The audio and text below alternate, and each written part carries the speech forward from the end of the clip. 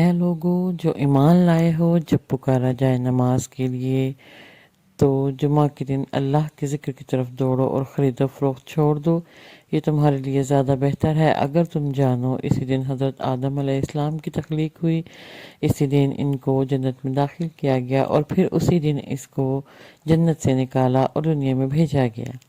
قیامت بھی جمعہ کے دن میں ہی قائم ہوگی۔ جمعہ کے دن میں ایک ایسی گھڑی ہے کہ اس پر بندہ مومن جو دعا کرے وہ قبول ہوتی ہے۔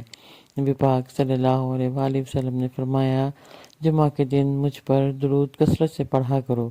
جمعہ کے دن کی اہمیت کا اندازہ اس بات سے لگا لیں کہ قرآن مجید میں ایک پوری سورت سورہ جمعہ اس دن کے نام سے موجود ہے۔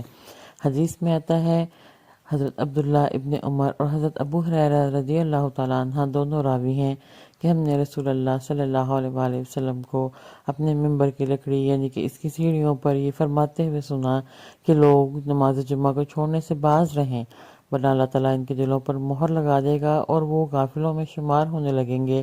اور صحیح مسلم میں اس کا حوالہ ہے، حضرت عبداللہ بن ابن عباس فرماتے ہیں کہ رسول اللہ صلی اللہ علیہ وآلہ وسلم نے فرمایا، جو آدمی بغیر کسی عذر جمعہ چھوڑ دیتا ہے، اس کی ایسی کتاب میں منافق لکھا جاتا ہے جو نہ کبھی مٹائی جاتی ہے اور نہ تبدیل کی جاتی ہے۔ اور بعض روایات میں یہ ہے کہ جو آدمی 3 جمعے چھوڑ دے گا یہ وعید اس کے لیے ہے۔ آپ کو ہماری ویڈیو کیسی لگی ہے کمنٹ باکس میں ضرور بتائیے گا۔ اگر آپ نے ابھی تک ہمارا چینل سبسکرائب نہیں کیا تو کر لیں۔